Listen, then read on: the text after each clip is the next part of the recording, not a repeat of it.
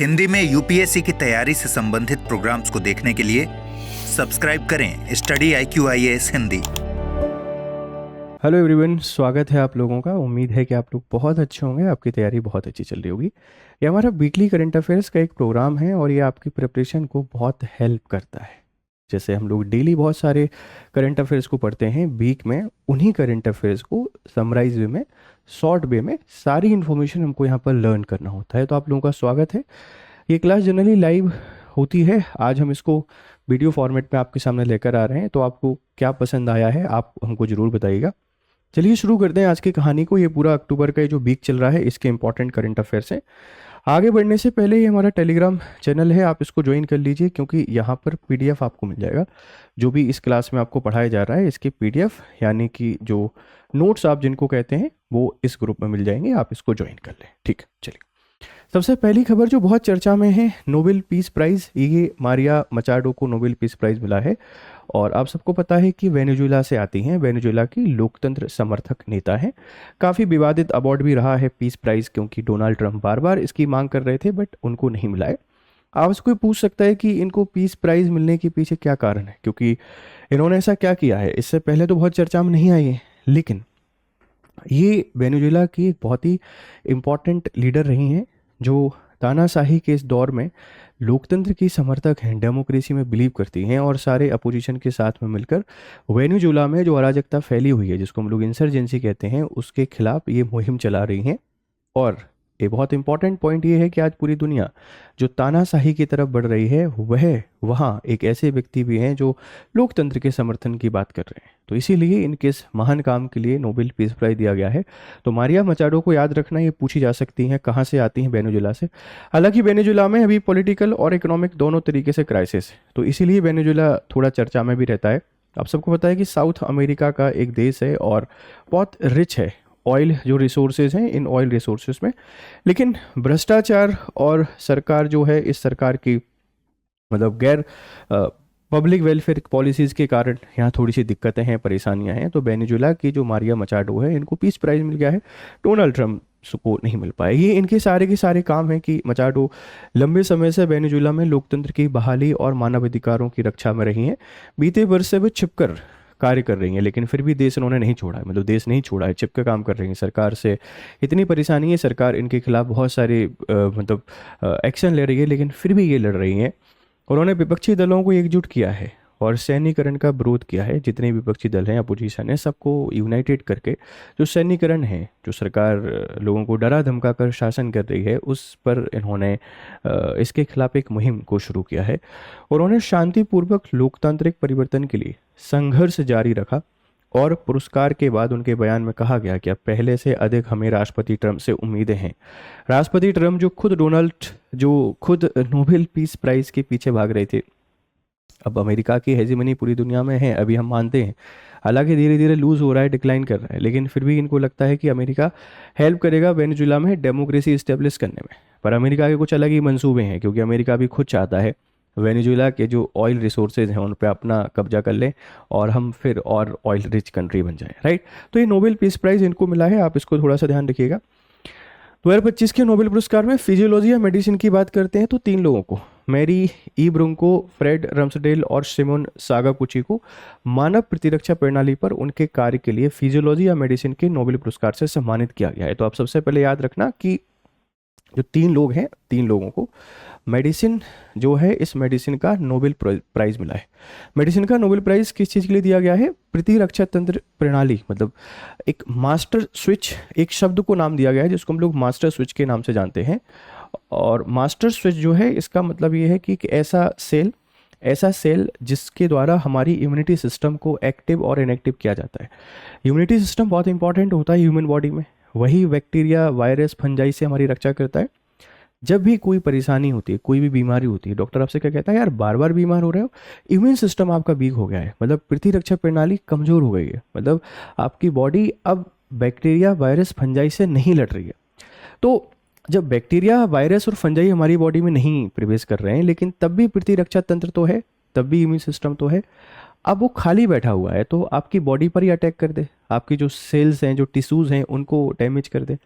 तो immune system को active और ऑफ मतलब ऑन ऑफ करने वाला जो सेल है उस सेल के बारे में इन लोगों ने पता किया।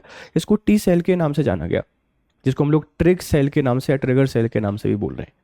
तो मेडिसिन या फिजियोलॉजी का जो पुरस्कार है वो 3 लोगों को मिला है, और इन्होंने इम्यून सिस्टम को कैसे ऑन और ऑफ रखना है उस सिस्टम के बारे में हमको बताया, जिसको मास्टर स्विच कहा गया है। तो ये 3 लोग हैं, आप इनके नाम याद रखना, मैरी ई ब्रिंको, फ्रेड रम्सडेल और शिमिन सागाकुची, ठीक है।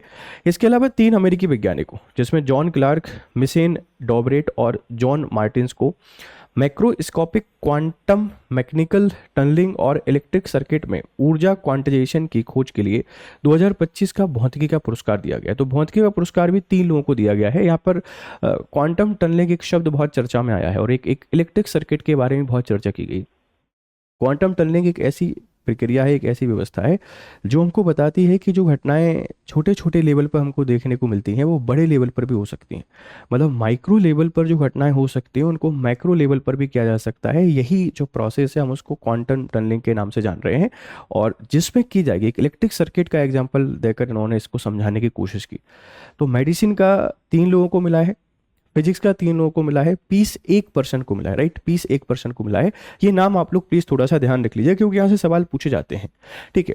अब जो इन्होंने क्या बोला है कि जो मेडिसिन वाला है ना, इस मेडिसिन में नियामक टी कोशिकाओं, जिसको हम लोग ट्रैग के अस्तित्व की बात की है, जिनमें शिमोन सागाकुची, ये कोशिकाएं जिन्हें बाद में नियामक टी कोशिकाएं कहा जाता है, अन्य प्रतिरक्षी कोशिकाओं को नियंत्रण में रखकर स्वयं प्रतिरक्षी प्रतिक्रिया को रोकती हैं। शिमोन जो सागाकुची हैं, इन्होंने ये हमको बताया कि जिनको हम लोग ट्रैक सेल्स बोल रहे हैं या ट्रैक कोशिका बोल रहे हैं, ये वह प्रतिरक्षी कोशिकाएं हैं जो पूरे इम्यून सिस्टम को बताती हैं कि कब आपको हमला करना है, कब नहीं करना है। बहुत सिंपल सी चीज़ है। अगर हमारा इम्यून सिस्टम हमारी बॉडी के टिश्यूज़ पर ही अटैक करना शुरू कर देगा तो बॉडी डैमेज हो जाएगी, हमारे जो इंटरनल ऑर्गन्स हैं वो डैमेज हो सकते हैं। तो इन्होंने खोज की है कि क्या ऐसा है जो उस इम्यून सिस्टम को एक्टिव और इनएक्टिव करने में रोल प्ले करता है। उसको हम लोग ट्रैक सेल्स के नाम से जाना गया है। इन शांति रक्षक कोशिकाओं के बिना प्रतिरक्षा प्रणाली गलती से स्वास्थ्य ऊतकों पर हमला कर सकती है, जिसे स्वयं प्रतिरक्षी रोग हो सकता है। तो इन्होंने बोला कि अगर ये ट्रैक सेल आपके पास नहीं होगी, ट्रैक सेल नहीं होगी, तो फिर क्या है, फिर ये हमारी बॉडी पर हमला कर सकती है और हमको और डिजीज हो सकती है। तो इसकी खोज के लिए इनको मेडिसिन या फिजियोलॉजी का नोबेल पुरस्कार दिया गया है 2025 का। ये 3 नाम आप लोगों ने याद रखने हैं। FXOP3 जीन, मैरी ब्रुंको और जो फ्रेड रम्सडेल हैं, इन्होंने इसका नामकरण FOXP3 जीन में उत्परिवर्तन को बताया, जो आईपेक्स है ना, immune dysregulation, polyendocrinopathy, enteropathy, X linked syndrome नामक एक दुर्लभ मानव सुप्रशिक्षी रोग के लिए जिम्मेदार था। इन्होंने बोला कि ये जो आप बता रहे हैं ना ट्रैक सेल के बारे में, इसको बनाने में जो सबसे इंपॉर्टेंट रोल है वो FOXP3 जो जीन है, इस जीन का इंपॉर्टेंट कंट्रीब्यूशन है। यही ट्रैक सेल को बनाता है, या इसी के कारण ट्रैक सेल एक्टिवली काम करती हैं, और इसको हमने फिर मास्टर स्विच नाम यहाँ पर दे दिया है। तो आपसे कोई पूछ सकता है कि ट्रैक सेल को बनाने में किस जीन का इंपॉर्टेंट रोल है, आप बता देंगे FXOP3, राइट। उन्होंने पाया कि FXOP3 वह मास्टर जीन है जो नियामक टी कोशिकाओं के विकास और कार्य को नियंत्रित करता है। कितना शानदार क्वेश्चन यहाँ पे बन सकता है साइंस एंड टेक के पोर्शन में। अभी हम जो आपसे डिस्कस कर रहे हैं ये साइंस एंड टेक पेपर 3 में आपको काफ़ी हेल्प करेगा। जब आप लोग पेपर 3 की तैयारी कर रहे हैं तो वहाँ आपसे पूछा जा सकता है, जनरल अवेयरनेस में भी आपसे कोई पूछ सकता है, या हेल्थ वाले टॉपिक में आपसे कोई पूछ सकता है कि FOXP3 क्या है। यह एक जीन है, और यही जीन रेस्पॉन्सिबल है ट्रैक सेल के प्रोडक्शन के लिए। ट्रैक सेल क्या है, वह सेल हैं जो इम्यून सिस्टम को एक्टिव मतलब ऑन और ऑफ रखने में इंपॉर्टेंट रोल प्ले करती हैं, ध्यान रखिएगा। नोबेल पुरस्कार के बारे में थोड़ी सी बात करते हैं कि अल्फ्रेड नोबेल की वसीयत के अनुसार 1901 में स्थापित पुरस्कार विज्ञान, साहित्य और शांति के क्षेत्र में उत्कृष्टता सम्मानित करने वाले, बाद में अरसास को भी इसमें शामिल किया गया। देखो 1896 में इसकी स्थापना की गई। फर्स्ट टाइम ये दिया गया 1901 में, 1901 में, ठीक है, 1901 में। 1969 जो है, इस 1969 में इकोनॉमी का पहली बार दिया गया। हालांकि इकोनॉमी के पुरस्कार की स्थापना 1967 में की गई। आप मुझे बताना कि ये पुरस्कार किस बैंक के द्वारा दिया जाता है। एक बैंक है और उस बैंक ने अपनी 300वीं जो वर्षगांठ मनाई उसके उपलक्ष्य में नोबेल पुरस्कार ऑफ इकोनॉमी देना शुरू किया, उस बैंक का नाम आपने मुझे बताना है, ठीक है। इस बात को थोड़ा सा ध्यान रखना। तो नोबेल पुरस्कार की स्थापना कब हुई? 1896 में। जो अल्फ्रेड है ना, अल्फ्रेड नोबेल हैं, जो डायनामाइट के आविष्कारक हैं, डायनामाइट, इनकी मेमोरी में, इनकी याद में ये पुरस्कार दिया जाता है। 1901 में पहली बार इनको दिया गया था, 1901 में, राइट। अभी ढेर सारे लोगों को दिया जा चुका है, ठीक है, ढेर सारे लोगों को। भौतिकी नोबेल को जो है काफ़ी इंपॉर्टेंट है, बहुत इसको सम्मान दिया जाता है, ठीक। रिचर्ड रूफसन, सुसुमु कितागावा और ओमार यागी को मेटल ऑर्गेनिक फ्रेमवर्क MOF के विकास के लिए प्रदान किया गया है। केमिस्ट्री का जो नोबेल पुरस्कार है, ठीक है, जो केमिस्ट्री है, इस केमिस्ट्री का नोबेल पुरस्कार आपसे कोई पूछ सकता है, तो ये भी 3 लोगों को दिया गया है ना, 3 लोगों को। इसमें भी आपके पास रिचर्ड जो रॉबिन्सन है, ये रिचर्ड रॉबिन्सन है, RR। फिर आप लोग बोल रहे हैं कि जो सुसुमु कितागावा हैं, सुसुमु कितागावा SK, और ओमार यागी हैं, है ना, OBAY। तो ये आप ऐसे कर सकते हैं कि RR SK OBAY, इन लोगों को केमिस्ट्री का, रसायन शास्त्र का जो नोबेल है वो दिया गया है। और दिया गया है किसके लिए? मेटल ऑर्गेनिक फ्रेमवर्क के लिए। अच्छा, मेटल ऑर्गेनिक जो फ्रेमवर्क है ना, ये मेटल और ऑर्गेनिक कंपाउंड से मिलकर एक क्रिस्टलीय 3D स्ट्रक्चर है, एक क्रिस्टलीय 3D स्ट्रक्चर है, जिसमें सोप करने की पावर बहुत ज़्यादा होती है। मतलब ये अपने पास बहुत सारी चीज़ों को एब्जर्व करके रख सकता है। तो मेटल ऑर्गेनिक कंपाउंड वो कंपाउंड है, एक ऐसा एलिमेंट है जो क्रिस्टलीन है, 3D है, और ये बहुत बड़ी रिसर्च के तौर पे सामने आया है, क्योंकि ये बहुत सारे कणों को एब्जर्व करके अपने पास रख सकता है। जैसे पानी से हमको पॉल्यूटेंट निकालना है, GHG गैसों का एब्जर्वेशन कराना है, ये सारी चीज़ें, मतलब हम जिन चीज़ों से परेशान हैं, जैसे क्लाइमेट चेंज से परेशान है। क्लाइमेट चेंज क्यों है? क्योंकि GHG गैसों का बहुत उत्सर्जन हो रहा है। उस उत्सर्जन को रोकने का कोई समाधान नहीं है, लेकिन ये मेटल ऑर्गेनिक फ्रेमवर्क काम कर सकता है। ये उस GHG गैसों को उत्सर्जन होकर अपने पास सोख के रख लेगा। पानी से प्रदूषण निकालने के लिए, हवा जो है, हवा को, मतलब जो एनवायरमेंट में गंदगी फैली हुई है, प्रदूषण फैला हुआ है, उसको सोखने के लिए, उसको खत्म करने के लिए, तो मेटल ऑर्गेनिक फ्रेमवर्क एक बहुत इंपॉर्टेंट आविष्कार के तौर पर जाना जा रहा है। और इसका यूज़ करके हम हर क्षेत्र में, चाहे इंडस्ट्री हो, एग्रीकल्चर हो, वाटर हो, एयर हो, या क्लाइमेट हो, हर जगह जो हमारी बहुत सारी प्रॉब्लम चल रही है, तापमान बढ़ रहा है या प्रदूषण बढ़ रहा है, इसको रोकने में बहुत इंपॉर्टेंट रोल प्ले कर सकते हैं। तो मेटल ऑर्गेनिक जो फ्रेमवर्क है, इनके लिए 3 लोगों को केमिस्ट्री का रसायन का नोबेल मिला है 2025 का। इस बात को ध्यान रखना। मेटल ऑर्गेनिक फ्रेमवर्क क्या होते हैं? ये कार्बनिक अणुओं द्वारा जुड़े धातु आयन से बने पदार्थों का एक वर्ग है ना। देखो, इसमें कार्बनिक जो आयन है और धातु आयन से बने पदार्थों का एक वर्ग है, जो एक त्रिआयामी नेटवर्क बनाते हैं, जिसमें बड़ी छिद्रक युक्त गुहाएं होती हैं, लार्ज प्राउस कैविटीज होती हैं। मतलब ये एक त्रिआयामी, एक 3D नेटवर्क बनाते हैं, जिसमें बहुत बड़ी छिद्रक युक्त गुहाएं होती हैं। ये अनूठा डिजाइन गैसों और तरल पदार्थों को प्रभावित होने देता है, ठीक है, जिसे MOF विभिन्न रासायनिक और औद्योगिक अनुप्रयोगों के लिए अत्यंत अनुकूल हो जाते हैं। ये एक ऐसा फ्रेमवर्क है जो गैसों और लिक्विड को अपने पास सोख के रख सकता है, और इससे हम ढेर सारी समस्याओं का समाधान कर सकते हैं। तो फिजिक्स का 3 लोगों को, केमिस्ट्री का 3 लोगों को, मेडिसिन का 3 लोगों को, और जो पीस है वो एक व्यक्ति को। आपने मुझे बताना है कि साहित्य का नोबेल पुरस्कार किसको मिला है और किस काम के लिए मिला है। ये आपकी रिस्पॉन्सिबिलिटी है, आप मुझे बताएंगे, ठीक है। चलिए, अब इसकी शुरुआत कैसे हुई? रिचर्ड रॉबिन्सन 1970 के दशक में नई आणविक संरचनाएं बनाने के लिए परमाणुओं और अणुओं को जोड़ने की अवधारणा प्रस्तुत की। सुसुमु कितागावा मजबूत छिद्रयुक्त ढांचे का निर्माण किया जिससे गैसें गुजर सके। इन्होंने एक ऐसा ढांचा बनाया जिससे गैसें गुजर सके। और Omar Yaghi 1995 metal organic framework शब्द गढ़ा और तापीय रूप से स्थिर MOF विकसित किए जो अन्य अणुओं को होस्ट कर सकते हैं। तो 3 लोगों का इसमें कंट्रीब्यूशन है। तो सबसे पहले आप लोग बोलेंगे कि जो रिचर्ड रॉबिन्सन है, इन्होंने ऐसा प्रयोग किया 1970 में। 90 जो कुसुमु कितागावा हैं, इन्होंने एक ऐसे ढांचे का निर्माण किया जिससे गैसें गुजर सके। और ओमर यागी हैं, इन्होंने ये मेटल ऑर्गेनिक फ्रेमवर्क जो शब्द है, ये शब्द इनके द्वारा दिया गया है ना। ये शब्द किसने दिया?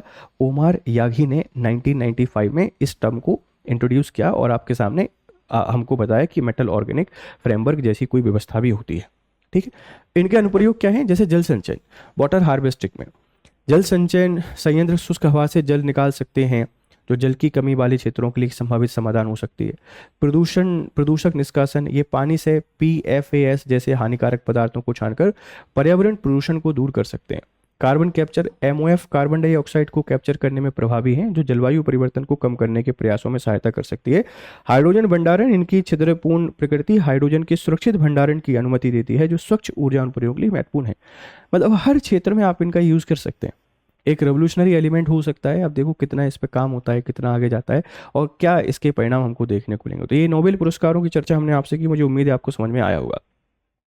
अब पीएम कुसुम स्कीम के बारे में बात करते हैं। पीएम कुसुम एक स्कीम है भारत सरकार की, और ये जो किसान हैं, फार्मर हैं, यहाँ सोलर पैनल इंस्टॉलेशन पे काम करती है। तो अंतर्राष्ट्रीय सौर गठबंधन ISA अपने सदस्य देशों में भारत की पीएम कुसुम योजना को अपनाकर ग्रामीण घरों और कृषि क्षेत्रों को ऊर्जा से सशक्त बनाने की योजना बना रहा है। तो आप इतना ध्यान रखना कि भारत की जो पीएम कुसुम योजना है, अब इसका विस्तार हमको देखने को मिल सकता है भारत के बाहर भी। और ये कहाँ होगा सर? ISA क्या है? International solar alliance. इसके जो देश हैं, इन देशों में विस्तार होगा। तो भारत सरकार का एक और इनिशिएटिव ऐसा होगा जो भारत के बाहर जाएगा, और ये सोलर एनर्जी जो प्रोडक्शन है, इस सोलर एनर्जी प्रोडक्शन को बढ़ावा देता है, जिसको हम लोग रिन्यूएबल एनर्जी के नाम से जानते हैं, जो कि नेट जीरो उत्सर्जन के टारगेट को अचीव करने में बहुत हेल्प करेगा। ISA इंटरनेशनल सोलर अलायंस है, जिसका हेडक्वार्टर गुरुगांव हरियाणा में है। 2015-16 में भारत और फ्रांस सरकार के प्रयासों से इसकी स्थापना की गई। कर्क रेखा और मकर रेखा के बीच में जितने भी देश आते हैं, उन सबको इसका हिस्सा बनाना है और सौर ऊर्जा उत्पादन को हमको बढ़ावा देना है, जिसके कारण हम कार्बन इमिशन को कम कर सकें और एक क्लाइमेट चेंज जो डिजास्टर है उसको काउंटर कर सकें और एक सस्टेनेबल पूरी दुनिया को बना सकें। तो भारत का एक इनिशिएटिव है और इसका हेडक्वार्टर गुड़गांव में आपको देखने को मिलेगा। तो किस स्कीम का हम लोग विस्तार कर रहे हैं? पीएम कुसुम योजना का। पीएम कुसुम योजना के बारे में थोड़ी सी बातें आप लोग देख लीजिए। ये क्या है? इसका पूरा नाम है प्रधानमंत्री किसान ऊर्जा सुरक्षा एवं उत्थान महाअभियान। ये नाम याद रखना बेटा पीएम कुसुम का, प्रधानमंत्री किसान ऊर्जा सुरक्षा एवं उत्थान महाअभियान। इसे 2019 में नवीन और नवीकरणीय ऊर्जा मंत्रालय के तहत लॉन्च किया गया था। 2019 से इसको लॉन्च किया गया था। रिन्यूएबल एनर्जी जो मिनिस्ट्री है, इसकी लीडरशिप में लक्ष्य 422 करोड़ रुपए की कुल केंद्रीय वित्तीय सहायता के साथ मार्च 2026 तक लगभग 34,800 मेगावाट की सौर क्षमता जोड़ना। तो इनका पर्पस यही है कि जो सोलर एनर्जी प्रोडक्शन है, इस सोलर एनर्जी प्रोडक्शन को बढ़ावा देना है। और सोलर एनर्जी प्रोडक्शन का बढ़ावा देके हम लोग क्या कर रहे हैं कि जो थर्मल एनर्जी है, इस थर्मल एनर्जी पर डिपेंडेंसी को कम करेंगे। इससे कार्बन उत्सर्जन की जो प्रॉब्लम है ये भी काफ़ी कम होगी।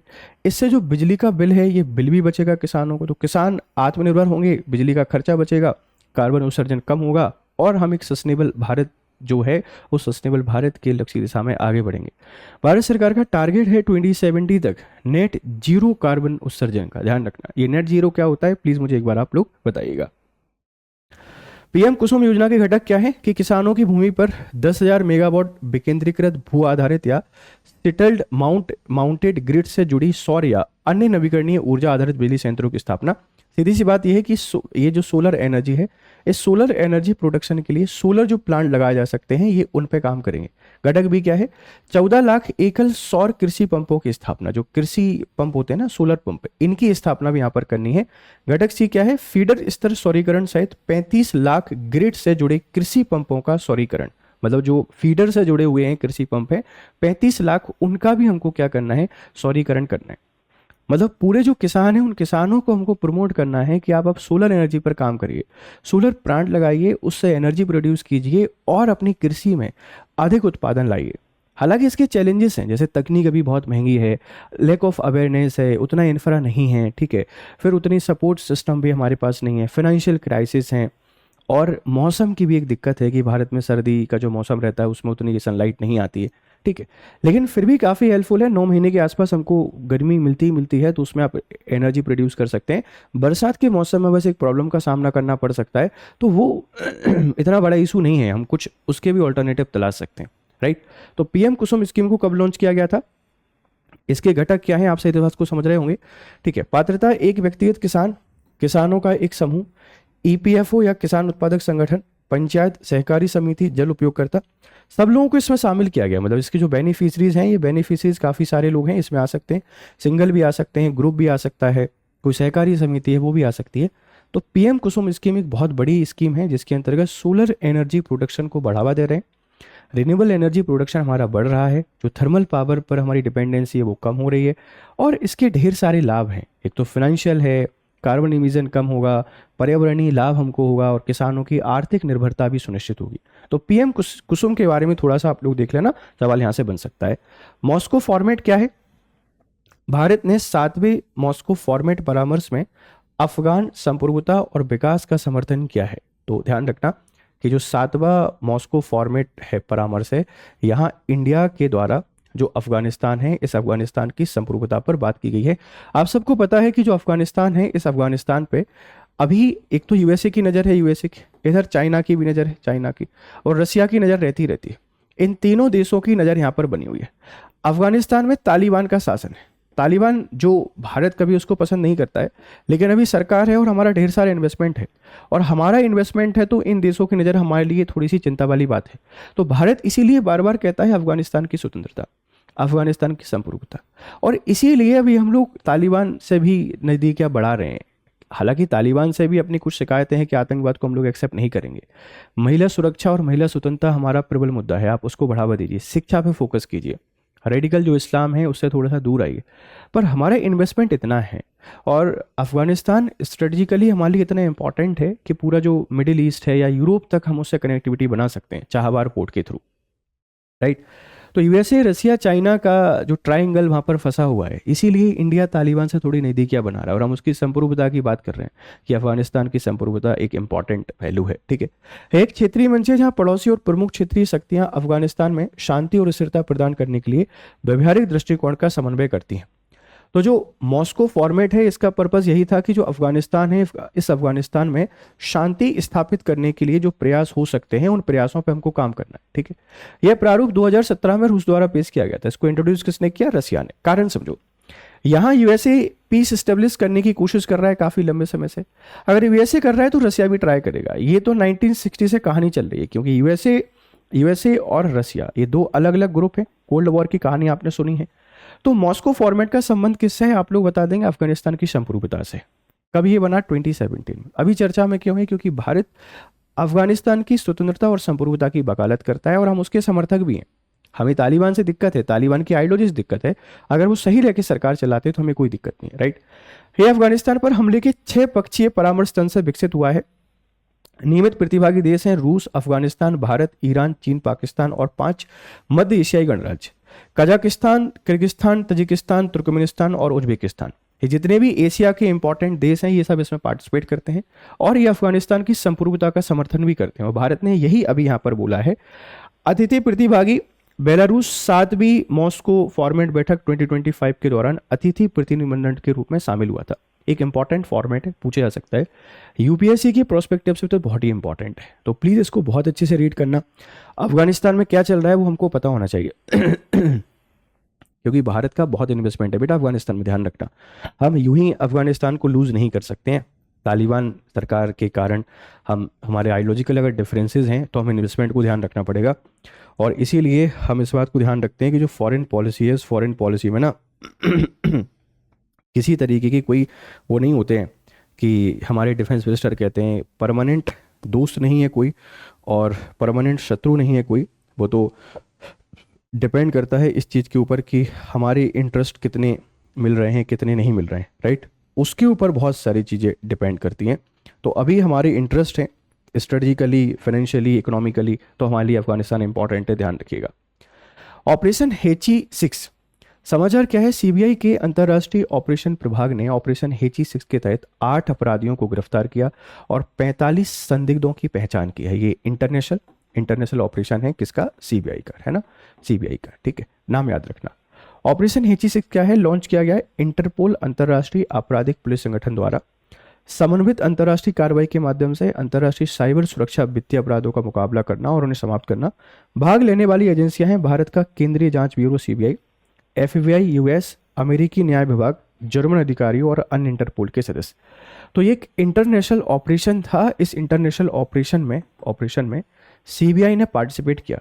और सीबीआई ने पार्टिसिपेट किया और यहाँ पर इन्होंने कुछ अपराधियों को पकड़ा, इसीलिए चर्चा में आ गया है। तो बेसिकली ये इंटरपोल के द्वारा ऑपरेटेड है, लेकिन इसमें भारत, यूएसए, जर्मन, इन सब ने पार्टिसिपेट करके अंतर्राष्ट्रीय स्तर पर जो साइबर क्राइम या फाइनेंशियल फ्रॉड हो रहे हैं, उन फ्रॉड में शामिल होने वाले सभी लोगों को पकड़कर सजा दिलाना और लोगों को न्याय दिलाने के लिए शुरू किया गया था। तो ऑपरेशन हेची थोड़ा इंपॉर्टेंट है, सीबीआई से रिलेटेड है। आप मुझे बताना, जो सीबीआई है, इस सीबीआई की स्थापना कब हुई थी? तो इंटरनल सिक्योरिटी और जो हमारे डिफेंस कॉपरेशंस होते हैं, वहाँ आप इस टॉपिक को यूज़ कर पाएंगे, बढ़िया तरीके से लिख पाएंगे। ऑपरेशन हेची क्या है, किसके द्वारा चला गया और भारत की तरफ से किसने इसमें पार्टिसिपेट किया था, आप प्लीज़ थोड़ा सा ध्यान रखना। ऑपरेशन हेची के अंतर्गत लक्षित अपराध क्या थे? साइबर सक्षम वित्तीय अपराध, वॉइस फिशिंग, विशिंग, प्रेम रोमांस घोटाले, ऑनलाइन सेक्सटॉर्शन। ये इतनी सारी चीज़ों को टारगेट किया गया था और ये सब के सब बेटा क्या है, आजकल मॉडर्न क्राइम है। ये सब के सब क्या है, मॉडर्न क्राइम है। और इन मॉडर्न क्राइम में लोगों को पहले फंसाया जाता है, ठीक है, पहले उनको फंसाते हैं और फंसाने के बाद फिर और सिर्फ उनसे फिनांस मांगा जाता है, पैसा मांगा जाता है, उनको ब्लैकमेल किया जाता है। तो ऑपरेशन हेची 6 के अंतर्गत इतने सारे जो क्राइम हैं, इन क्राइमों को टारगेट किया गया और लोगों को बचाया गया, उनको यहाँ पर जस्टिस दिलाया गया, राइट। तो ऑपरेशन हेची ध्यान रखना है, इंटरपोल और सीबीआई का इसमें पार्टिसिपेशन हमको ध्यान रखना है। ध्रुवीय रेशम मार्ग, एक चीनी जहाज निगम्बो जोशान बंदरगाह से रवाना हुआ, जो रूस के उत्तरी तट के आर्कटिक महासागर से होकर गुजरेगा, जो ध्रुवीय रेशम मार्ग के शुभारंभ का प्रतीक है। आप समझो, सिल्क रूट की हम लोग बात करते हैं। सिल्क रूट एक बहुत ही पुराना व्यापारिक मार्ग है ना, सिल्क रूट, जो एशिया और यूरोप को कनेक्ट करता था, ठीक है, एशिया और जो यूरोप है इसको कनेक्ट करता था। और पहले रेशम का ही ज़्यादा व्यापार होता था, रेशम आप लोग कह सकते हैं, टेक्सटाइल इंडस्ट्री है, इसीलिए हमने इसका नाम क्या कर दिया, सिल्क रूट रख दिया। अब देखो, चाइना के साथ दिक्कत है। चाइना को पूरा जो अपना ट्रेड करना पड़ता है वो इंडियन ओशन से करना पड़ता है, और मलक्का स्ट्रेट को अगर किसी ने रोक दिया या मलक्का स्ट्रेट पर किसी ने कब्जा कर लिया, चाइना की अर्थव्यवस्था कॉलेप्स कर जाएगी। और यही कारण है कि चाइना और रसिया के बीच में नज़दीकियाँ बढ़ रही। रसिया की इकोनॉमिक हालत सबको पता है कि क्राइसिस के दौर से, यूक्रेन वॉर के कारण और लॉस उसको उठाना पड़ रहा है, तो उसको एक ऐसा व्यक्ति चाहिए जहाँ से इन्वेस्टमेंट उसको भी मिल सके। चाइना के अपने पर्सनल इंटरेस्ट हैं। चाइना इंडियन ओशियन पे अपनी डिपेंडेंसी कम करना चाहता है और आर्कटिक महासागर से अब वो व्यापार शुरू करने की कोशिश कर रहा है, जिसमें रसिया का बहुत बड़ा योगदान रहेगा। आप समझिए, रसिया के लिए अब दो नए लोग मिल गए। इंडिया से डिफेंस डील बढ़िया चलती है, चाइना के साथ इकोनॉमिक टाई अप बहुत अच्छे कर सकते हैं। हालांकि इसके एक पॉजिटिव इम्पैक्ट भी हमको देखने को मिल सकता है। अगर रसिया, चाइना और इंडिया ये सब लोग साथ में आ जाते हैं मिलने के लिए, तो चीज़ें काफ़ी बेहतर हो सकती हैं। कि अगर रसिया चाहे तो इंडिया और चाइना ये तीनों एक कॉपरेशन बना सकते हैं, और ये तीनों अगर एक कॉपरेशन बना सकते हैं ना, तो जो यूएसए है, इस यूएसए को पूरी तरीके से साइडलाइन किया जा सकता है। अगर ये तीनों देश मिलकर कुछ करना चाहें तो सब कुछ बहुत बेहतर हो सकता है। बट वही है कि इकोनॉमी में आपके सबके अपने अपने पर्सनल इंटरेस्ट होते हैं। तो ये ध्रुवीय रेशम मार्ग एक इंपॉर्टेंट है, पूछा जा सकता है आईआर और फॉरेन जो रिलेशन है इसके अंतर्गत, है ना, प्लस फॉरेन रिलेशन में इसकी काफ़ी इंपॉर्टेंस हो जाती है। यह चीन की अपनी व्यापक बेल्ट एंड रोड इनिशिएटिव वीआरआई के हिस्से के रूप में आर्कटिक महासागर के माध्यम से एक शिपिंग और व्यापार गलियारा विकसित करने की योजना को संदर्भित करता है। चाइना कह रहा है कि हम लोग जो आर्कटिक ओशियन है, इस आर्कटिक ओशियन से एक पूरा सी रूट बना लेते हैं, और पूरा सी रूट बना लेते हैं, फिर जो पूरा यूरोप और यूएसए है, इस यूएसए को ऑफर देंगे, एक काम करो आप लोग यहाँ से ट्रेड करना शुरू कर दो, इतनी दूरी से ट्रेड करते हो, इससे अच्छा यहाँ से ट्रेड करना शुरू कर दो। मतलब कितने बड़े फ्यूचर प्लान पे काम कर रहा है चाइना। अगर ये सक्सेसफुली वर्क कर जाता है तो एक बहुत बड़े इकोनॉमिक हब के तौर पर निकलेगा चाइना, क्योंकि वहाँ से पूरा ट्रेड होना शुरू हो जाएगा। फिर जो पैसिफिक ओशन, इंडियन ओशन, इनकी जो इंपॉर्टेंस है काफ़ी कम हो जाएगी, मलक्का स्टेट की इंपॉर्टेंस काफ़ी कम हो जाएगी, और चाइना को जो एक थ्रेट रहता है इंडिया से, वो थ्रेट भी कम हो जाएगा। तो इस पर काम कर रहा है, इसलिए इसको हमने नाम दिया है ध्रुवीय रेशम मार्ग। इसे आधिकारिक तौर पर चीन के पहले आर्कटिक नीति श्वेत पत्र 2018 में इसको पेश किया गया था। पहली बार इसको 2018 में इंट्रोड्यूस किया गया था, ध्यान रखना। इसमें आर्कटिक समुद्री मार्गों, विशेषकर रूस के उत्तरी समुद्री मार्ग का उपयोग करने की परिकल्पना की गई। हालांकि देखो, यहाँ जो है उसकी डिपेंडेंसी पूरी तरीके से रशिया पे आ जाएगी, और फिर चाइना की मजबूरी हो जाएगी रूस के साथ बेहतर संबंध बनाए रखना, क्योंकि जिस दिन रूस के साथ संबंध बिगड़ेंगे उस दिन पूरी तरीके से कॉलेप्स कर जाएगा। तो क्या चाइना इतना बर्दाश्त कर पाएगा रूस की मनमानी? ये भी देखने को मिलेगा। बट ध्रुवीय रेशम मार्ग आपको याद रखना है कि क्या है और इसको पहली बार कब इंट्रोड्यूस किया गया था और इसकी सिग्निफिकेंस क्या हो सकती है, प्लीज आप इसको याद रखना। VISPIT-2B समाचार, खगोलविदों ने पहली बार एक प्रोटोप्लेनेट का प्रत्यक्ष चित्र लिया है। एक प्रोटोप्लेनेट है, इस बात को ध्यान रखना। इस प्रोटोप्लेनेट का पहली बार चित्र लिया है जिसका नाम VSPIT, आप इसको विस्पिट-2B कह सकते हैं। प्रकार प्रोटोप्लेनेट, एक पिंड जो अभी पूर्ण ग्रह बनने के लिए पदार्थ एकत्र कर रहा है। ये एक इंपॉर्टेंट टर्म है। ज्योग्राफी वाला जो सेगमेंट है, इस ज्योग्राफी में आपसे पूछा जा सकता है या यूनिवर्स से रिलेटेड कोई भी क्वेश्चन आएगा या सीधा ये शब्दावली हमसे कोई पूछ सकता है कि बता दो भाई प्रोटोप्लेनेट क्या होते हैं। एक पिंड जो अभी पूर्ण ग्रह बनने के लिए पदार्थ एकत्र कर रहा है। VISPT कार्यक्रम wide separation planets in time से व्युत्पन्न है। व्यापक कक्षीय पृथक्करणों पर बनने वाले ग्रहों के अवलोकन पर केंद्रित है। प्रकृति, यह गैस विशाल है ना, एक गैस जियांट है जो पृथ्वी से लगभग 5 गुना अधिक विशाल है। बृहस्पति जो हमारे यूनिवर्स का सबसे बड़ा प्लेनेट है उससे भी 5 गुना विशाल है। आप सोचिए कितना बड़ा होगा ये। तो विस्पिट-2B क्या है, एक प्रोटोप्लेनेट है। He is still trying hard to become a planet, लेकिन अभी भी संघर्षशील है। इसीलिए कहते हैं कि आप मेहनत कितनी कर रहे हैं, कितना पढ़ रहे हैं, कितनी किताबें आपने इकट्ठी कर ली, इससे कोई फर्क नहीं पड़ता है। फर्क पड़ता है सिर्फ एक ही चीज़ से कि आपका सिलेक्शन हुआ है या नहीं हुआ है। ये कितना बड़ा है बृहस्पति से फर्क नहीं पड़ रहा है, लेकिन बृहस्पति प्लेनेट है और ये प्लेनेट बनने के लिए संघर्षशील है। तो विस्पिट-2B क्या है, एक प्रोटो प्लेनेट है। आयु अत्यंत युवा है, केवल लगभग 5 मिलियन वर्ष पुराना। अभी इसका काम मतलब इसने बनना शुरू किया है या इसका फॉर्मेशन भी काफ़ी नया है। और मेजबान तारा है विस्पिट-2 के प्रोटोप्लेनेटरी डिस्क के भीतर निर्मित है। एक युवा तारा है जो गैस और धूल से घिरा हुआ है। निर्माण प्रक्रिया है अपने आसपास के डिस्क से पदार्थ गैस एंड डस्ट को लगातार आकर्षित कर रहा है, जिससे धीरे धीरे इनका आकार और संरचना एक स्थिर ग्रह जैसी बनती जा रही है। मतलब इन फ्यूचर हमको एक और प्लेनेट देखने को मिल सकता है। तो क्या यूनिवर्स में फिर से 9 प्लेनेट होंगे?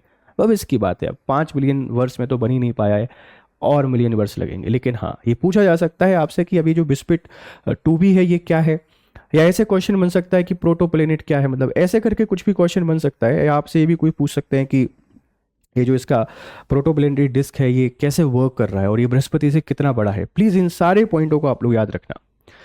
एकीकृत लोकपाल योजना, रिजर्व बैंक एकीकृत लोकपाल योजना 2021, RBIOS 2021 के संदर्भ राज्य सहकारी बैंक और केंद्रीय सहकारी बैंक रिजर्व बैंक एकीकृत लोकपाल योजना 2021 के दायरे में आएंगे। देखो समझो, एकीकृत लोकपाल जो योजना है ना, लोकपाल शब्द को आप सब लोग जानते हैं बहुत अच्छे तरीके से, पॉलिटी ऑन गवर्नेंस में तो आप इसको जानते ही जानते हैं। तो एकीकृत लोकपाल का मतलब है कि जो बैंकिंग करप्शन है, इन बैंकिंग करप्शन को पूरी तरीके से खत्म करने के लिए एकीकृत लोकपाल योजना लॉन्च की गई थी 2021 में। ठीक है, अब इसमें क्या है कि राज्य सहकारी बैंक आएंगे, केंद्रीय सहकारी बैंक आएंगे, रिजर्व बैंक एकीकृत लोकपाल योजना 2021 के दायरे में आएंगे। मतलब कमर्शियल बैंकों के साथ में ये सारे बैंकों को भी इसमें शामिल किया जा रहा है। लोकपाल 1995 में शायद बैंकिंग लोकपाल को इंट्रोड्यूस किया गया था। यह एक, आप ऐसा कह सकते हैं कि यह एक मंच है जहां पर बैंकिंग करप्शन, बैंकिंग घोटालों की आप लोग शिकायत कर सकते हैं और बैंकों को बेहतर तरीके से काम करने के लिए प्रेरित या मोटिवेट करना इसका एक ऑब्जेक्टिव है। तो अभी इसमें सहकारी बैंक नहीं आ रहे थे, अब इसमें राज्य सहकारी और केंद्रीय सहकारी बैंकों को भी इसमें शामिल किया गया है 2021 के दायरे में। RBIOS 2021 क्या है? ये 3 पूर्ववर्ती RBI लोकपाल योजनाओं को समेकित विलय करती है। बैंकिंग लोकपाल योजना 2006 की है। NBFC के लिए लोकपाल योजना 2018 और डिजिटल लेन देन के लिए लोकपाल योजना 2019। तो जो RBIOS 2021 है इसमें 3 योजनाओं का विलय है, जिसमें बैंकिंग लोकपाल योजना 2006 है, NBFC के लिए लोकपाल योजना 2018 है और डिजिटल लेन देन के लिए लोकपाल योजना 2019 है। इनको मर्ज करके हमने एक नया बैंकिंग लोकपाल बनाया 2021। तो ये सब उसके दायरे में आएंगे। अब सहकारी बैंकों को भी इसमें शामिल किया जाएगा। आप मुझे बताना सहकारी बैंकों में किस किस का पार्टिसिपेशन होता है। आपने इकोनॉमी को पढ़ा होगा डेफिनेटली, राइट? बताना प्लीज। तो कौन कौन सी स्कीमों का मर्जर किया जा रहा है, क्या है, शायद आप इसको समझ गए होंगे। सहकारी बैंक एक वित्तीय संस्था है जो अपने सदस्यों की होती है, जो एक ही समय में अपने बैंक के मालिक और ग्राहक दोनों की होती है। अब मैं बता ही देता हूँ उसके बारे में। सहकारी बैंक अक्सर एक ही स्थानीय पेशेवर समुदाय से जुड़े या समान हित साझा करने वाले व्यक्तियों द्वारा बनाए जाते हैं। सहकारी बैंक आमतौर पर अपने सदस्यों को बैंकिंग और वित्तीय सेवाओं, ऋण जमा की एक विस्तृत श्रृंखला प्रदान करते हैं। सहकारी समिति अधिनियम 1912 के तहत पंजीकृत होते हैं और बैंकिंग विनियमन अधिनियम 1949 और बैंकिंग कानून अधिनियम 1965 के द्वारा शासित होते हैं। एक सदस्य एक बोर्ड के नियम के साथ ये कार्य करते हैं। एक कोऑपरेटिव बैंक आप इसको कहते हैं कि लोग मिलजुल कर एक बैंक को बनाते हैं। उनका पर्पस होता है अपनी जो सोसाइटी है, अपनी कोऑपरेटिव सोसाइटी है, उसको सपोर्ट करना। ठीक है, जैसे 5 लोगों ने मिलकर एक कोऑपरेटिव सोसाइटी बना दी, वही इसी तरीके से एक सहकारी बैंक बनती है। इसका पर्पस वही है कि लोगों को सपोर्ट करना, जिससे फाइनेंशियल इंक्लूजन आ जाए, इंडस्ट्रियल डेवलपमेंट आ जाए और लोग जॉब सीकर ना बन के जॉब क्रिएटर बन जाए। तो सहकारी बैंक का कंसेप्ट थोड़ा सा याद रखिएगा। ठीक है, आगे बढ़ते हैं। शहरी बाढ़ जोखिम प्रबंधन कार्यक्रम। केंद्रीय गृह मंत्री अध्यक्षता वाली उच्च स्तरीय समिति ने 11 शहरों के लिए शहरी बाढ़ जोखिम प्रबंधन कार्यक्रम UFRM चरण सेकंड को मंजूरी दी है। इसमें 11 शहरों को शामिल किया गया है। इसका चरण सेकंड है, इस बात को ध्यान रखना। देखो, भारत के शहरों में बाढ़ एक बहुत ही बड़ी समस्या है। बाढ़ बहुत बड़ी समस्या है, उस बाढ़ को हमको मैनेज करना है। इसके लिए एक UFRMP प्रोग्राम का सेकेंड फेज यहाँ पर लॉन्च किया गया है। शहरी बाढ़ जोखिम प्रबंधन कार्यक्रम है ना, शहरी बाढ़ जोखिम प्रबंधन जो कार्यक्रम है, इसका ये सेकेंड फेज है, ध्यान रखना, जिसका उद्देश्य होता है संरचनात्मक और गैर संरचनात्मक उपायों के संयोजन के माध्यम से शहरी क्षेत्रों में बाढ़ की संवेदनशीलता को कम करना। हालांकि जिस तरीके से हमारे शहर अनप्लान्ड तरीके से डेवलप किए गए, ये एक बहुत बड़ी परेशानी की बात है कि क्या हम इसको प्लान कर पाएंगे। मतलब हमारे साथ सबसे बड़ी दिक्कत पता क्या है, हम चीज़ों को करते हैं और प्लान नहीं कर पाते हैं, और यही चीज़ आपकी प्रिपरेशन पर भी एप्लीकेबल होती है। एक बच्चा बहुत ऑर्गेनाइज तरीके से तैयारी करता है, उसके टारगेट सेट हैं, उसके गोल सेट हैं कि उसको 2027 को प्रिपेयर करना है, 2028 को प्रिपेयर करना है, 2026 को प्रिपेयर करना है। लेकिन कुछ बच्चे अनऑर्गेनाइज हैं, कर लेते हैं, नहीं करते हैं, कभी PCS कर लेते हैं, कभी UPSC कर लेते हैं, कभी कुछ कर लेते हैं। ऐसे तैयारी नहीं होगी। तो शहरों में जो बाढ़ की समस्या है, इसको मैनेज करने के लिए एक प्रोग्राम है, उसका सेकेंड फेज लॉन्च कर दिया है 11 जो शहर हैं इनके लिए। इसका लक्ष्य है शहरी जल निकास प्रणाली में सुधार, बाढ़ सुरक्षा, अवसंरचना को मजबूत करने और प्रारंभिक चेतावनी एवं प्रतिक्रिया तंत्र को सुदृढ़ करने, बाढ़ प्रतिरोधी शहरों का निर्माण करने। मतलब इसमें वो सारी चीजें की जाती हैं जिससे हम लोग बाढ़ को काउंटर कर सकते हैं, बाढ़ को कंट्रोल कर सकते हैं। वो सारे काम हमको यहाँ पर करने हैं, चाहे अर्ली वार्निंग सिस्टम हो या फ्लड रेसिस्टेंट सिटीज हमको बनाना हो, पानी को बाहर निकालना या राहत कार्यक्रम को चलाना। इन सब के बीच में कोऑर्डिनेशन बनाए रखने के लिए इस प्रोग्राम को लॉन्च किया गया है। सेकेंड फेज में 11 शहरों को शामिल किया गया है। बहुत इंपॉर्टेंट प्रोग्राम है, क्योंकि फ्लड बहुत बड़ी समस्या बन चुका है भारत की, और भारत के विकास में एक बहुत बड़ी बाधा के तौर पर हमको देखने को मिलता है। आप इस कार्यक्रम को थोड़ा सा याद रखना। वित्त पोषण इसमें कौन देगा? केंद्र और राज्यों के बीच लागत साझेदारी के आधार पर लागू किया जाएगा। केंद्र परियोजना है तो लगभग 90% देंगे, और राज्यों की परियोजना का मतलब राज्य 10% देंगे। राष्ट्रीय आपदा न्यूनीकरण कोष NDMF के दिशा निर्देशों के अनुसार, है ना। आप मुझे बताना कि नेशनल डिजास्टर मैनेजमेंट जो एक्ट है, ये नेशनल डिजास्टर मैनेजमेंट एक्ट ये कब बना था, इसका ईयर क्या है, और इसमें किस तरीके का इसका फ्रेमवर्क है, मतलब नेशनल, स्टेट, डिस्ट्रिक्ट लेवल पर ये कैसे काम करता है, इनका आंसर भी आपने मुझे बताना है। तो अभी शहरी बाढ़ नियंत्रण जो कार्यक्रम है, इसका सेकेंड फेज शुरू किया गया है। 11 शहरों को शामिल किया गया है। केंद्रीय और राज्य दोनों के द्वारा वित्त पोषित है। 90 और 10% का रेशो चलेगा। ठीक है, प्लीज आप मुझे थोड़ा सा बताना।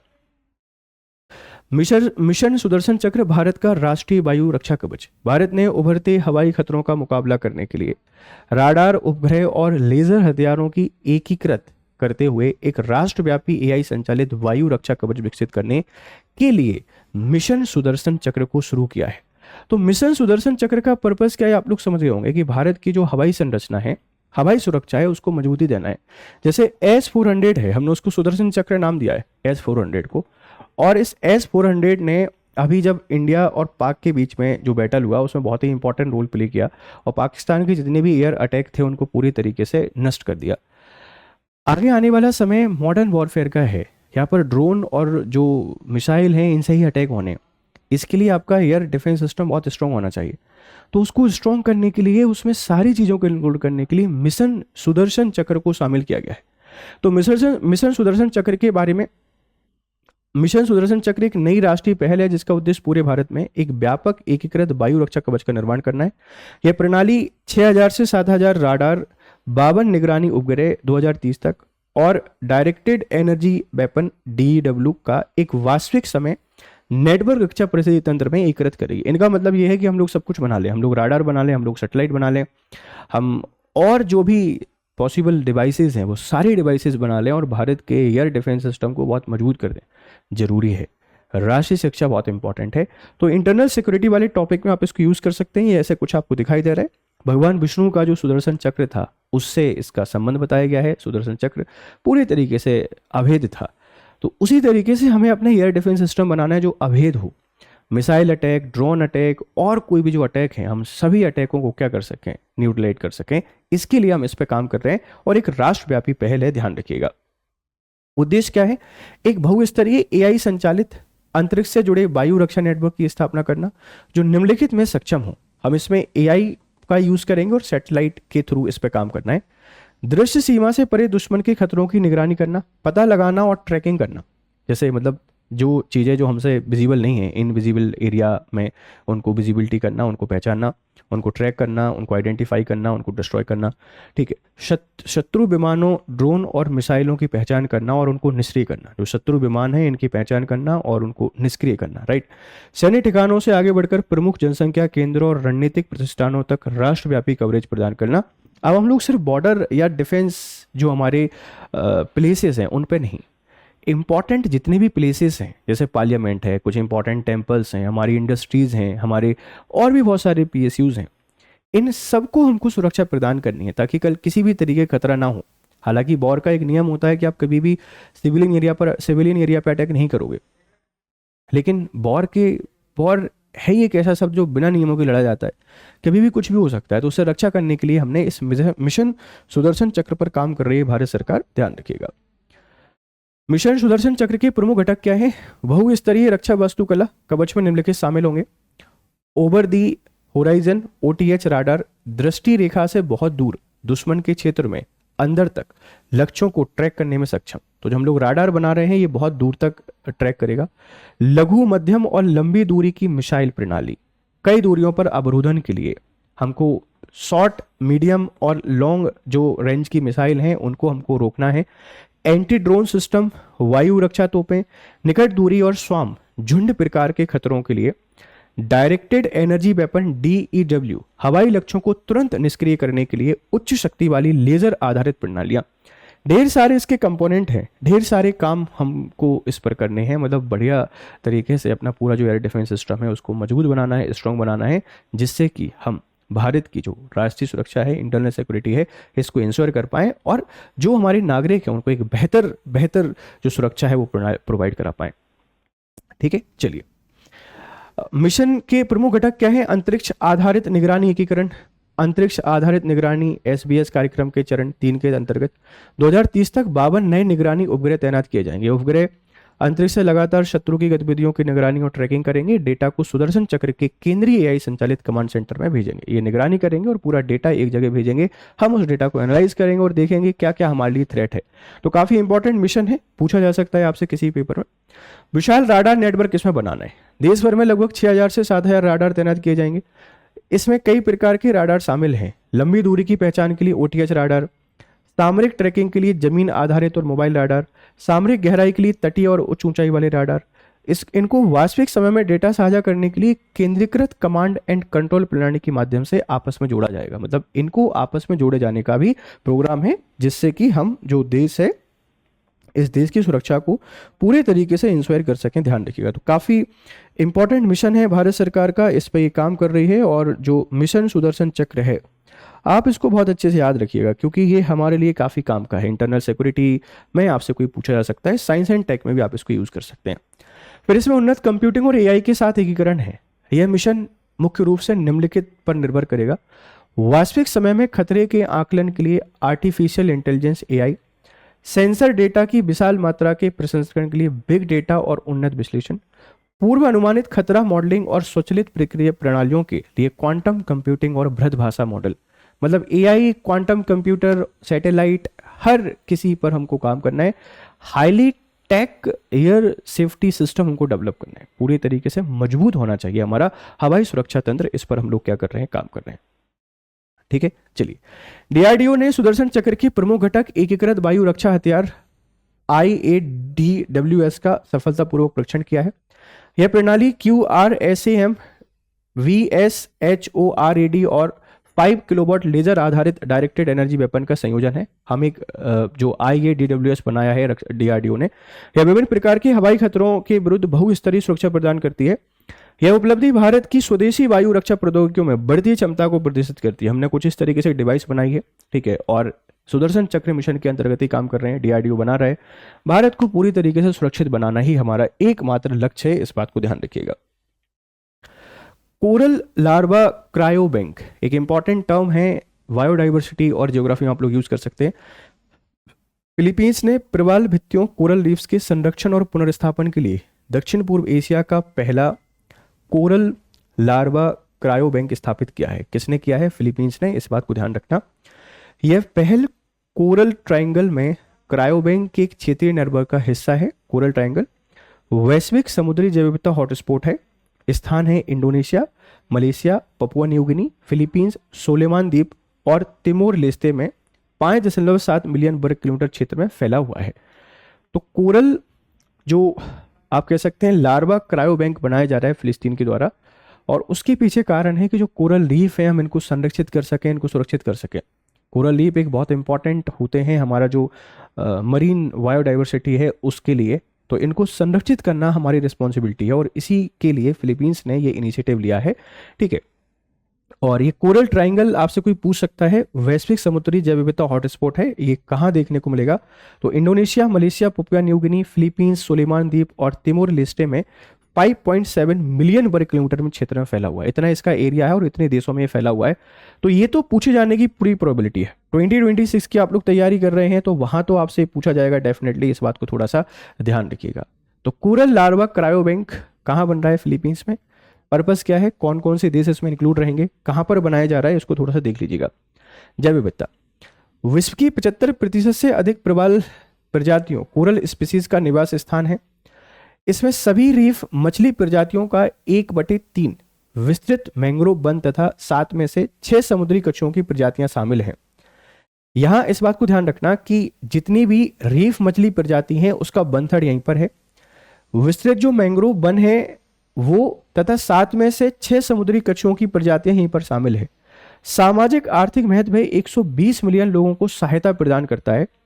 खाद्य सुरक्षा, आजीविका और तटीय संरक्षण प्रदान करता है। मतलब इसके सोशल इकोनॉमिक इंपॉर्टेंस भी बहुत ज़्यादा है, लोगों को सपोर्ट करता है, लोगों के लिए एम्प्लॉयमेंट यहाँ से प्रोवाइड हो रहे हैं, ध्यान रखना।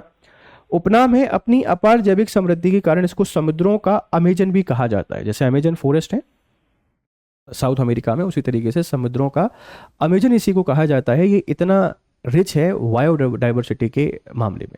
तो कहाँ पर है, क्यों बना रहे हैं, कौन कौन से देश शामिल हैं, इसकी इम्पैक्ट क्या है, आप इसको देख लीजिएगा और बढ़िया तरीके से यूज करिएगा अपने पेपर में, राइट। प्रवाल कोरल परिस्थिति तंत्र के लिए खतरे, जलवायु परिवर्तन, समुद्र की सतह का तापमान बढ़ने से प्रवाल विरंजन हो रहा है। तो आपसे कोई पूछ सकता है कि जो प्रवाल या कोरल पारिस्थितिक तंत्र है इसके लिए खतरे क्या है? सबसे बड़ा है जलवायु परिवर्तन। आप देखो क्लाइमेट चेंज हर जगह खतरा बन चुका है, इसमें कोरल को भी नहीं छोड़ा है। जलवायु परिवर्तन से तापमान बढ़ रहा है और उसके कारण ये कोरल जो है ये विरंजन हो रहा है ना, ध्यान रखना।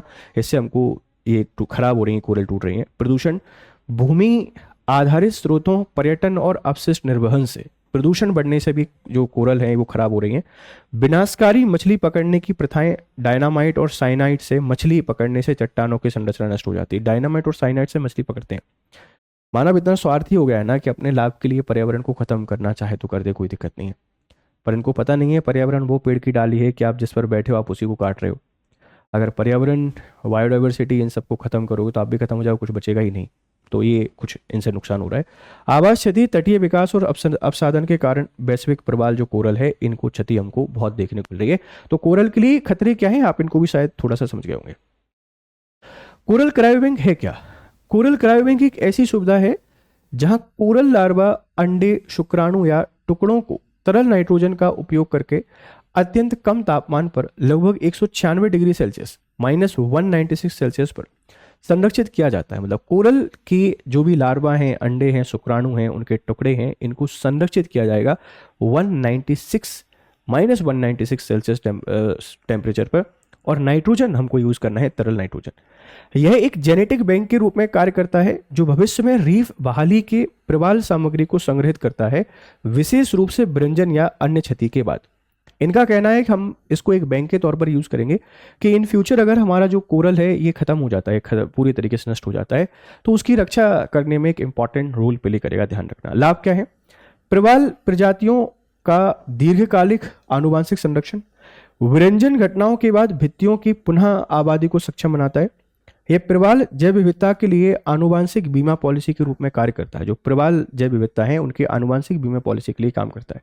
तो प्रवाल जो विरंजन है इससे रक्षा करने के लिए इस इनिशिएटिव को शुरू किया गया है। और ये कोरल जो क्रायो बैंक है फिलीपींस का एक इनिशिएटिव है। कहाँ पर आता है, क्या पर्पज है, शायद आप सारी बातों को अब इससे समझ जाएंगे। भारत के प्रवाल संरक्षण प्रयास क्या है? प्रमुख प्रवाल क्षेत्र है भारत में, जैसे मन्नार की खाड़ी, कच्छ की खाड़ी, लक्षद्वीप, अंडमान निकोबार द्वीप समूह।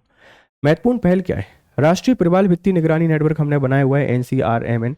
एकीकृत तटीय क्षेत्र प्रबंधन ICZM हमारा चल रहा है। प्रवाल प्रत्यारोपण के लिए मन्नार खाड़ी बायोस्फीयर रिजर्व ट्रस्ट हमने बनाया हुआ है। समुद्री संरक्षित क्षेत्र है, उदाहरण के लिए मन्नार की खाड़ी समुद्री राष्ट्रीय उद्यान। वैश्विक सहभागिता, अंतर्राष्ट्रीय कोरल रीफ पहल और संयुक्त राष्ट्र महासागर विज्ञान दशक के हम सदस्य हैं। तो भारत भी काफी प्रयास कर रहा है कोरल विरंजन या कोरल के संरक्षण के लिए। ठीक है, भारत में सबसे ज्यादा कोरल कहाँ पाई जाती है, प्लीज आप मुझे थोड़ा सा बताइएगा। ठीक है, इनसे क्वेश्चन बन सकते हैं बेटा, आपके लिए काफी इंपॉर्टेंट है, शायद आप इनको समझ भी पा रहे होंगे। हालांकि वीकली करंट अफेयर से तो थोड़ा जल्दी जल्दी पढ़ा रहा हूँ, क्योंकि बच्चे शिकायत करते हैं, अरे सर बहुत स्लो पढ़ा दिया आपने। वीकली तो आप जल्दी पढ़ा ही सकते हैं, इसीलिए। डार्क स्टार्स एक टर्म है। खगोलविदों ने हाल ही में James Webb space telescope JWST के डेटा का उपयोग करके 4 संभावित डार्क स्टार्स की पहचान की है। डार्क स्टार्स के बारे में तो आपसे कोई पूछ सकता है कि खगोलविदों ने किस टेलीस्कोप का यूज किया है? James Webb space telescope. ठीक है, और इन्होंने डार्क स्टार्स के बारे में, डार्क स्टार सैद्धांतिक रूप से खगोलीय पिंड हैं जिनका निर्माण संभवतः प्रारंभिक ब्रह्मांड में हुआ होगा, बिग बैंग के लगभग 200 से 400 मिलियन वर्ष बाद। तो ये ब्रह्मांड में बने हैं बिग बैंग घटना के 200 से 400 मिलियन वर्ष बाद। ये डेटा याद रखना। नाभिकीय संलयन द्वारा संचालित साधारण तारों के विपरीत एक डार्क स्टार्स को डार्क मैटर विनाश द्वारा संचालित माना जाता है। एक ऐसी प्रक्रिया जिसमें डार्क मैटर के कण टकराते हैं और ऊर्जा मुक्त करते हैं। तो ये डार्क मैटर के थ्रू चलते हैं। इसमें न्यूक्लियर फ्यूजन नहीं होता है, इसमें नाभिकीय संलयन नहीं होता है, इसमें डार्क मैटर से ही इसको ऊर्जा मिल रही होती है।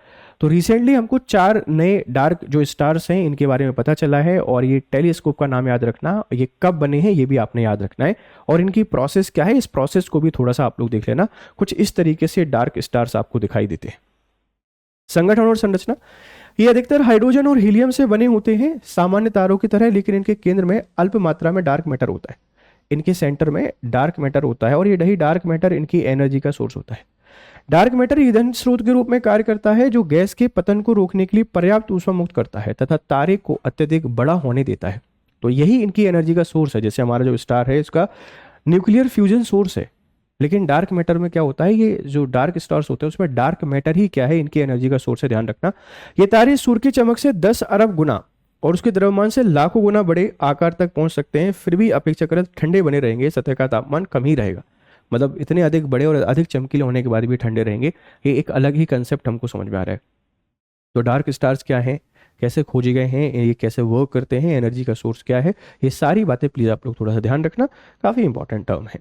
डार्क मैटर, डार्क मैटर पदार्थ का एक रहस्यमय रूप है। ये एक अभी तक रहस्यमय रूप है जो प्रकाश उत्सर्जित नहीं करता लेकिन गुरुत्वाकर्षण प्रभाव डालता है। लो भाई, लाइट नहीं बना रहा है लेकिन ग्रेविटेशनल इफेक्ट डाल रहा है। यदि VIMPs कमजोर अंतःक्रियाशील विशाल कण से बने हों तो टकराने पर ही एक दूसरे को नष्ट कर सकते हैं, जिससे उच्च ऊर्जा वाले कण और ऊष्मा उत्पन्न होती है। यह ऊर्जा तारे को गुरुत्वाकर्षण पतन से बचाती है, ठीक वैसे ही जैसे सामान्य तारों में संलयन होता है। तो डार्क मैटर एक रहस्यमय पदार्थ है, क्या है पता नहीं चला है, लेकिन ये डार्क स्टार्स के जो एनर्जी है उस एनर्जी का सोर्स होता है। इस बात को आप लोग थोड़ा सा याद रखें। ठीक है, चलिए आगे बढ़ते हैं। राष्ट्रीय ऊंट संधारणीयता पहल संदर्भ है। केंद्र सरकार द्वारा राष्ट्रीय ऊंट संधारणीयता पहल शुरू करने की तैयारी कर रही है, जिसका उद्देश्य है भारत में ऊंटों की आबादी में भारी गिरावट को रोकना। जो ऊंट है ये धीरे धीरे खत्म हो रहे हैं, उनकी पारिस्थितिक और सांस्कृतिक भूमिका को बहाल करना। तो राष्ट्रीय ऊंट संधारणीयता पहल पर सरकार काम कर रही है। पर्पज इसका क्या है, जो ऊंटों की संख्या कम हो रही है उन ऊंटों की संख्या को बढ़ावा देना है। ऊंट बहुत इंपॉर्टेंट एनिमल होता है डेजर्ट स्पेशली राजस्थान के लिए, और रेगिस्तानी एरिया में आप इसको बहुत आसानी से सवारी कर सकते हैं, चाहे भले वो गुजरात वाला एरिया हो, राजस्थान वाला एरिया हो, बहुत बहुत एक इम्पॉर्टेंट एनिमल के तौर पर आते हैं। राष्ट्रीय ऊंट संधारणीयता पहल NCSI के बारे में यह एक बहुमंत्रालयीय मिशन है जिसमें निम्नलिखित शामिल हैं: पशुपालन और डेयरी विभाग, इसमें पशुपालन और डेयरी विभाग का बहुत इंपॉर्टेंट रोल रहेगा, इस बात को ध्यान रखिएगा। पर्यावरण, ग्रामीण विकास और पर्यटन मंत्रालय और राज्य सरकारें, विशेषकर राजस्थान और गुजरात, इतने सारे लोग मिलकर इस पे काम करेंगे। खाद्य एवं कृषि संगठन FAO के परामर्श से विकसित हुआ है। उद्देश्य क्या है? ऊँटों की, अच्छा ये कौन इसमें अंतर्राष्ट्रीय संगठन शामिल है? FAO, इसको भी ध्यान रख लेना, ये इंटरनेशनल लेवल का है, तो इसके परामर्श से इसको विकसित किया जा रहा है। ऊँटों की घटती संख्या को रोकना तथा उनके पारिस्थितिक, आर्थिक और सांस्कृतिक महत्व को पुनः स्थापित करना, आजीविका के लिए ऊँटों पर निर्भर पशुपालकों समुदायों को सहायता प्रदान करना, विनियमित व्यापार और सामाजिक आर्थिक विकास के साथ साथ संरक्षण को बढ़ावा देना, मतलब ऊँटों को पूरी तरीके से संरक्षित करना है, बेहतर एक इंफ्रास्ट्रक्चर डेवलप करना है, नहीं तो धीरे धीरे ऊँट खत्म हो जाएंगे। ऊँटों से जुड़े हुए जो परिवार हैं, मतलब उन लोगों के हितों का भी ध्यान रखना है, इसका ये बड़ा एक इंपॉर्टेंट पर्पस है। तो सरकार अभी किस मिशन पर काम कर रही है? राष्ट्रीय ऊँट संधारणिता पहल।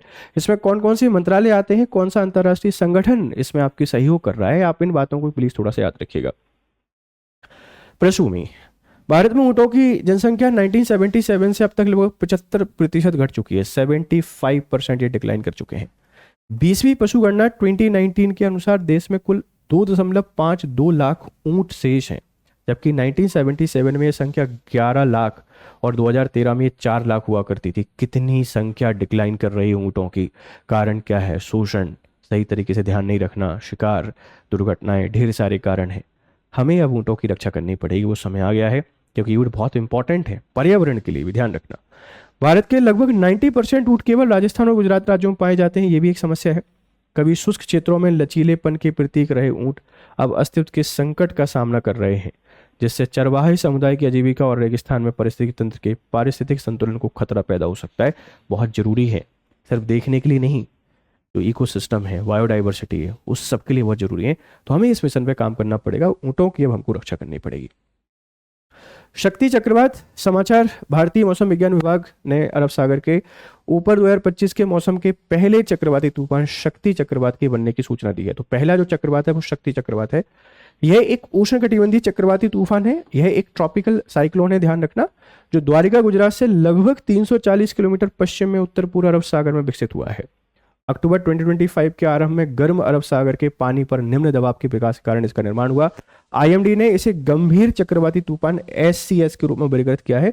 शक्ति चक्रवात का नामकरण विश्व मौसम संगठन WMO और उष्णकटिबंधीय चक्रवात पर ESCAP पैनल के दिशा निर्देशन के अनुसार, है ना, इनके दिशा निर्देशन के अनुसार किया गया है। शक्ति नाम श्रीलंका द्वारा प्रस्तावित किया गया है, टाइम्स ऑफ इंडिया की खबर है। तो रिसेंटली अरब सागर में शक्ति चक्रवात आया, इसकी बनने की जगह कहाँ थी? द्वारका से आप 250 किलोमीटर के आसपास आप बता देंगे।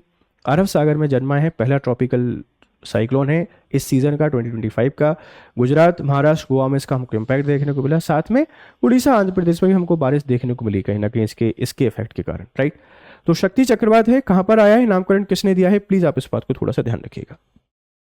चलो, रैम एयर टर्बाइन R80। हाल ही में एक बोइंग 7878 विमान में लैंडिंग से ठीक पहले रैम एयर टर्बाइन का अप्रत्याशित रूप से सक्रिय होना दर्ज किया गया, है ना, डिप्लॉयमेंट होना दर्ज किया गया। रैम एयर, अच्छा चर्चा में क्यों है? क्योंकि एक बोइंग है 7878 में, ये जो लैंडिंग है इससे पहले रैम एयर टर्बाइन का अप्रत्याशित रूप से सक्रिय होना है, इसका डिप्लॉयमेंट होना दर्ज किया गया है। R80 एक छोटी पवन संचालित टर्बाइन होती है जो विमान के धड़ फ्यूजल्स के नीचे पंखों के बने एक कक्ष में रखी जाती है। यह स्वचालित रूप से तभी सक्रिय होती है जब विमान पूरी तरह से विद्युत या हाइड्रोलिक प्रणाली विफल हो जाए। हालांकि इसे पायलट मैनुअली हाथ से भी सक्रिय कर सकता है। तो अब इसमें जो सक्रिय हुई, ये ईंधन की कमी के कारण हुई या पायलट ने खुद से सक्रिय किया, नहीं पता। सक्रिय होने पर विमान की आवश्यक प्रणाली जैसे नियंत्रण, नेविगेशन और संचार उपकरणों को चालू रखने के लिए पर्याप्त बिजली उत्पन्न करती है। तो ये पूछा जा सकता है कि R80 क्या है? ये वो चूहे वाला नहीं है, ध्यान रखना। ये एक इंपॉर्टेंट तकनीक है, रैम एयर टर्बाइन, जो जब विमानों में एनर्जी की प्रॉब्लम होती है तो ये सक्रिय हो जाती है और फिर ये सप्लाई देती है, बिजली को प्रोड्यूस करती है R80, ठीक है। रैम एयर टर्बाइन का नाम आप लोग प्लीज थोड़ा सा ध्यान रखना। हाल ही में ये खबर हमने आपको बता दी। कोंकण अभ्यास, ब्रिटिश और भारतीय युद्धपोतों ने हिंद महासागर में 4 दिवसीय समुद्री अभ्यास कोंकण शुरू किया है। कोंकण अभ्यास के बारे में कोंकण अभ्यास पहली बार 2004 में भारत और ब्रिटेन के बीच द्विपक्षीय नौसैनिक अभ्यास के रूप में आयोजित किया गया था। पारंपरिक रूप से द्विवार्षिक यह एक उच्च स्तरीय परिचालन जुड़ाव के रूप में विकसित हो गया है। 2025 के संस्करण में दोनों देशों के वाहक स्ट्राइक समूह भारत के INS विक्रांत और यूके के HMS प्रिंस ऑफ वेल्स की पहली भागीदारी होगी। तो 2025 में विक्रांत और HMS जो प्रिंस ऑफ वेल्स है दोनों की पहली भागीदारी होगी। इस अभ्यास का उद्देश्य है दोनों नेताओं के बीच संयुक्त समुद्री और हवाई युद्ध क्षमताओं को बढ़ाना तथा भारत ब्रिटेन विजन 2035 ढांचे के तहत रक्षा सहयोग को गहरा करना। एक इंपॉर्टेंट है, देखो जितने भी ज्वाइंट मिलिट्री एक्सरसाइज होते हैं उनका पर्पस बड़ा सिंपल होता है कि हम कॉपरेशन को बढ़ावा दें, वॉर में हेल्प कर पाएं, तकनीक ट्रांसफर करें, ट्रेनिंग को और स्ट्रेंथन कर पाएं। तो कॉन्कड़ का संबंध किससे है? भारत और ब्रिटेन से। शुरुआत इसकी कब हुई है, इसके पर्पस क्या है, आप जरा इन सबको थोड़ा सा ध्यान रखना। युद्ध क्षमताओं को बढ़ाना तथा भारत ब्रिटेन विजन 2035 ढांचे के तहत रक्षा सहयोग को गहरा करना है। आई ब्रिटेन है, ध्यान रखना, ब्रिटिशर्स तुमने हम पे बहुत कब्जा किया है, हम आप पे भी कब्जा कर सकते हैं, तो अभी कॉपरेशन कर रहे हैं, कल को परेशानी नहीं हो जाए इस। चलिए, राष्ट्रीय स्तर का प्रदूषण प्रतिक्रिया अभ्यास नेट पोलरेक्स एक्स, ठीक है। भारतीय तटरक्षक बल ICG चेन्नई तमिलनाडु पर 27वीं राष्ट्रीय तेल रिसाव आपदा आकस्मिक योजना, ये बहुत ही बड़ा शब्द है, तेल रिसाव आपदा आकस्मिक योजना NOSDCP पर तत्परता बैठक के साथ 10वें राष्ट्रीय स्तर के प्रदूषण प्रतिक्रिया अभ्यास का आयोजन कर रहा है। देखो बेटा ध्यान रखना, तमिलनाडु चेन्नई में जो बैठक है वो 27वें क्रम की है और 10वें क्रम का प्रतिक्रिया अभ्यास है, मतलब राष्ट्रीय स्तर के प्रदूषण प्रतिक्रिया अभ्यास है। नेट पोलरेक्स एक्स के बारे में बात करें का अर्थ है राष्ट्रीय स्तर का प्रदूषण प्रतिक्रिया अभ्यास, national level pollution response exercise या राष्ट्रीय तेल रिसाव आपदा आकस्मिक योजना के तहत भारतीय तटरक्षक बल द्वारा आयोजित एक द्विवर्षीय प्रमुख अभ्यास है। तो ये 2 वर्ष में एक बात होता है, तटरक्षक बल के द्वारा आयोजित किया जाता है। इसका पर्पस बड़ा सिंपल सा है, मैं आपको बताता हूँ क्या है। इसका उद्देश्य है समुद्री तेल रिसाव की घटनाओं पर प्रतिक्रिया देना, भारत के लिए राष्ट्रीय तैयारी का आकलन करना और उसे मजबूत करना, और NOSDCP ढांचे के तहत अंतर एजेंसी समन्वय का परीक्षण करना। तो ऐसे जो इनिशिएटिव हैं, ऐसे इनिशिएटिव कभी कभार हमसे पूछ लिए जाते हैं पेपर में, पॉल्यूशन वाला जो टॉपिक है वहां पर आ सकता है, आप इस बात को थोड़ा सा ध्यान रखना। 27वें नंबर का था जो 10वां राष्ट्रीय स्तर के प्रदूषण प्रतिक्रिया अभ्यास था, और इसका पर्पस क्या है प्लीज थोड़ा सा देख लीजिएगा। स्टार्ट संधि, स्टार्ट संधि क्या है?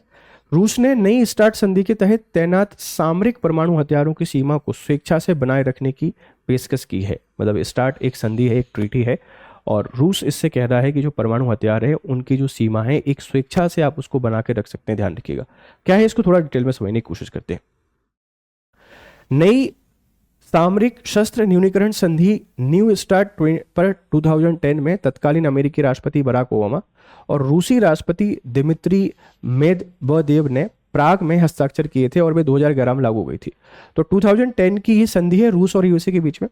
यह संधि दोनों देशों को अधिकतम 1550 तैनात सामरिक परमाणु हथियारों और 700 तैनात लॉन्चरों, मिसाइल, बम वर्षक पनडुब्बी तक सीमित करती है। इनका कहना है कि आप 1550 परमाणु हथियार रख सकते हैं और ऐसे कुछ ये 700 तैनात लॉन्चरों को रख सकते हैं। मतलब ये बड़े देश है, अपने हिसाब से कुछ भी शर्तें करेंगे। दूसरों से कहते हो आप एक भी नहीं रख सकते, हम इतने रख सकते हैं। क्यों रख सकते हैं? पूरी दुनिया में पीस एस्टेब्लिश करना है। पीस एस्टेब्लिश नहीं करना है, अपने इंटरेस्ट को सर्व करना है।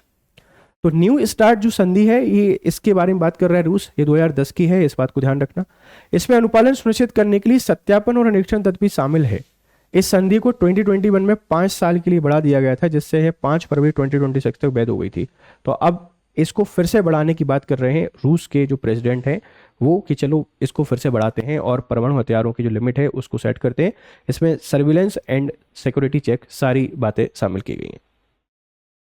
मार डेल प्लाटा घाटी, मार प्लाटा घाटी में अपनी तरह के पहले गहरे समुद्री अन्वेषण में 40 से अधिक संभावित नई समुद्री प्रजातियों का पता चला है।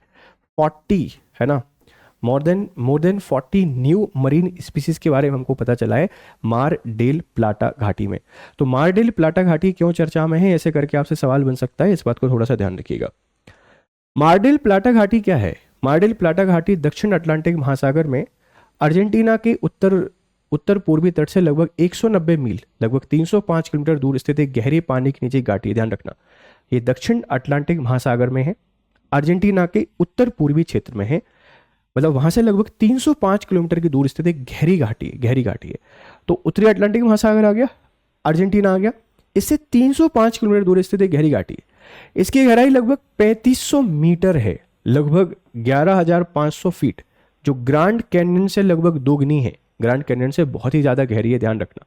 हालांकि अटलांटिक सागर में है, इसीलिए उसको इतनी तवज्जो नहीं दी जाती। यह ब्राज़ील मालविनास संगम से प्रभावित क्षेत्र में स्थित है, जहां गर्म उष्णकटिबंधीय जल ठंडे अंटार्कटिक जल से मिलता है। तो ये ब्राज़ील मालविनास संगम से प्रभावित है, जहाँ ठंडा और गर्म जल यहाँ पर मिलता है, ध्यान रखना। ये काफ़ी इंपॉर्टेंट वैली है, पूछी जा सकती है, मार डेल प्लाटा घाटी। यह संगम पोषक तत्वों से भरपूर है, अपलिविंग बनाता है, जिससे घाटी एक जैव विविधता हॉटस्पॉट बन जाती है, जो प्रवाल संरचनाओं, आकशेरुकी और मछली समुदाय के लिए पोषण करती है। मतलब ये जो कोरल है, इसके लिए, मछली, इन सब के लिए बहुत बड़े हॉटस्पॉट के तौर पर काम करती है। यह क्षेत्र एक प्राकृतिक प्रयोगशाला के रूप में कार्य करता है, जहां यह अध्ययन किया जाता है कि समुद्री प्रजातियां बदलते तापमान, पोषक तत्वों के प्रभाव और मानवीय दबावों के अनुकूल कैसे ढलती हैं। मतलब ये एक स्टडी का सेंटर है जहां पर हम लोग पता करते हैं कि जितनी भी समुद्री प्रजातियां हैं ये किस तरीके से अपने आप को रेसिस्टेंट बनाती हैं इन टर्म्स ऑफ थिंग। ठीक है, इस पर्पज से इसको स्टडी के पर्पज से यहाँ पर यूज किया जाता है। पनडुब्बी घाटी सबमरीन कैनियन क्या है? पनडुब्बी घाटी गहरी खड़ी किनारे वाली घाटी है, जो महाद्वीपीय ढलान या महाद्वीपीय उभार के समुद्र तल में बनी होती है। मतलब पनडुब्बी घाटी आपसे कोई पूछ सकता है कि सबमरीन ग्रैंड कैनियन क्या है? यह एक खड़ी किनारे वाली घाटी होती है, गहरी होती है और खड़े किनारे होते हैं, जो महाद्वीपीय ढलान या महाद्वीपीय उभार के समुद्र तल में बनी होती हैं, जो अक्सर नदी के मुहाने से गहरे समुद्र तक फैली होती है। तो नदी का जो मुहाना है, जिसको आप लोग डेल्टा कहते हैं, वहां से लेकर समुद्री क्षेत्र तक जो बनी हुई घाटी होती है, आप उनको बेसिकली पनडुब्बी घाटी के नाम से जानते हैं। ये घाटियां पानी के भीतर की धाराओं, है ना, टर्बिडिटी करंट्स, तलछट के प्रवाह और विवर्तनी की गतिविधि के कारण हुए कटाव से बनती है। मतलब ये बनी होती है भौगोलिक घटनाओं के कारण ही। ये देखिए, ये सबमरीन कैनन आपको दिखाई देख रहे हैं, कैनियंस, ये इस तरीके से बन रही होती हैं, गहरी गहरी घाटियां होती हैं, जहाँ पर नदी का मुहाना होता है, वहां से समुद्र के बीच का जो जगह होती है, आप उसको क्या कहते हैं? सबमरीन कैनियन या सबमरीन या पनडुब्बी घाटी के नाम से जानते हैं। ये घाटियों में पानी के भीतर की धाराओं, तलछट के प्रवाह और विवर्तनी की गतिविधियों के कारण हुए कटाव से बनती है। इस बात को थोड़ा सा ध्यान रखना। ये निम्नलिखित रूप से महत्वपूर्ण पारिस्थितिकी भूमिका निभाती है। तलछट और पोषक तत्वों को गहरे समुद्र में पहुंचाना होता है। परिवर्तनशील प्रकाश, तापमान और दबाव की स्थिति के कारण समुद्री जीवों के लिए विविध आवासों का निर्माण करती हैं। तो जो पोषक तत्व होते हैं उनको समुद्रों में पहुंचाती हैं, समुद्री जीवों के लिए पोषक तत्व पहुंचाती हैं। कार्बनिक पदार्थों के लिए मार्ग के रूप में कार्य करना, अद्वितीय गहरे समुद्र के पारिस्थितिक तंत्र का समर्थन करना। जो गहरा समुद्री तंत्र है, इसके पारिस्थितिक तंत्र को समर्थन करते हैं। तो पनडुब्बी घाटी या सबमरीन कैनियंस आपसे कोई पूछ सकता है, थोड़ा सा ध्यान रख लीजिएगा। प्रतिभूति लेन देन कर, securities transaction tax, STT। Bharat का सर्वोच्च न्यायालय प्रतिभूति लेन देन कर STT की संवैधानिक वैधता को चुनौती देने वाली याचिका की जांच करने के लिए सहमत हो गया है। प्रतिभूति लेन देन STT क्या है?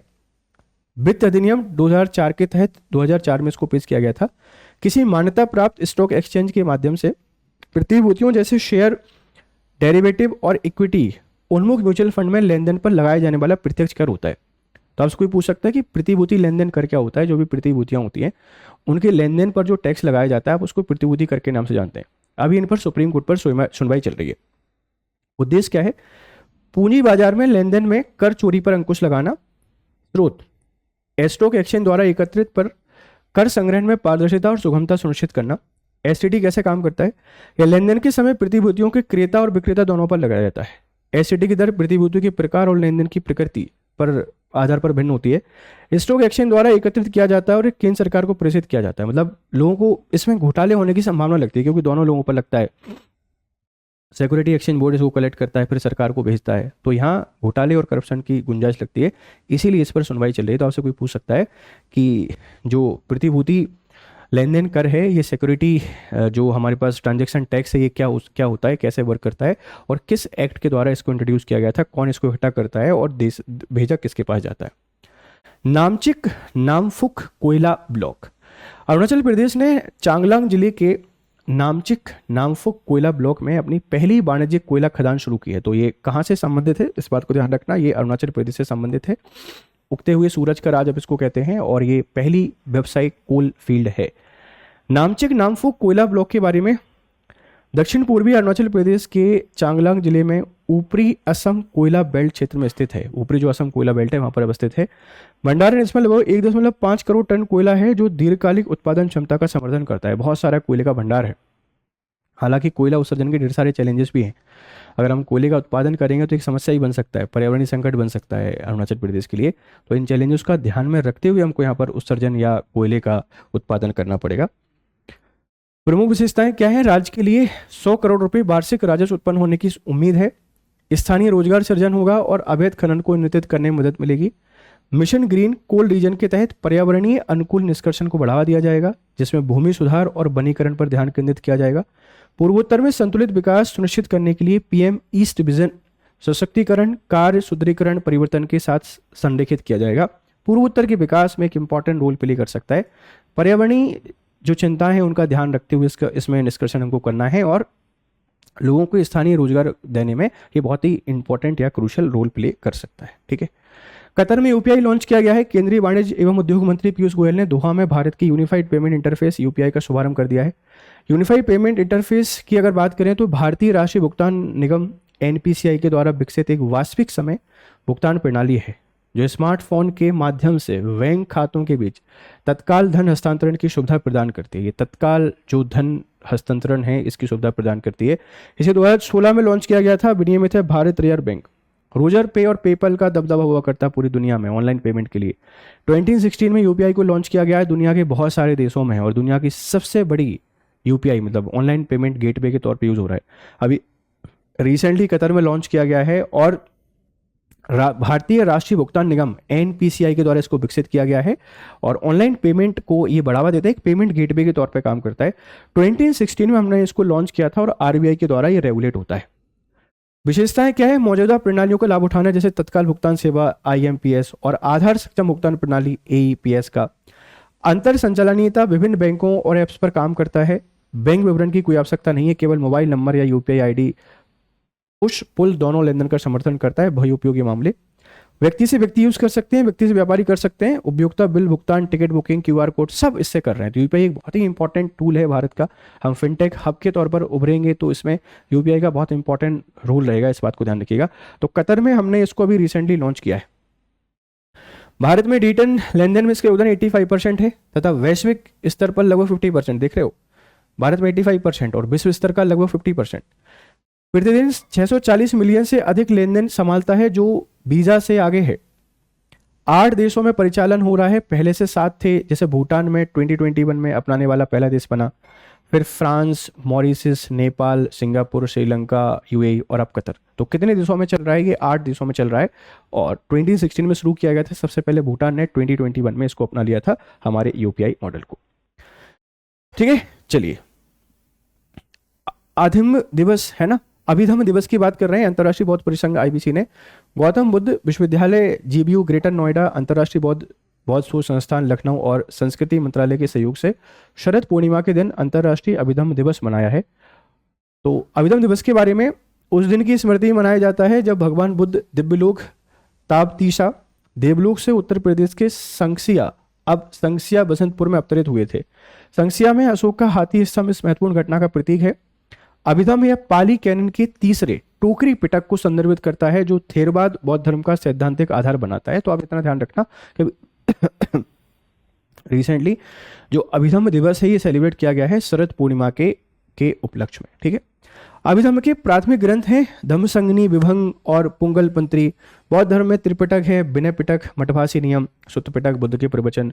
अभिधम पिटक है बौद्ध दर्शन और मनोविज्ञान। तो जो बौद्ध दर्शन और मनोविज्ञान है ना उसको डिनोट करता है अभिधम पिटक। महत्वपूर्ण बौद्ध ग्रंथ है बुद्ध चरित्र अल्पकोश ने लिखा है, महाविवाह शास्त्र वसुमती ने लिखा है और विशुद्ध मंगा, सुमंगला, विलासनी, अठक तैन, बुद्ध घोष, ढेर सारे ग्रंथ यहाँ पर लिखे गए हैं।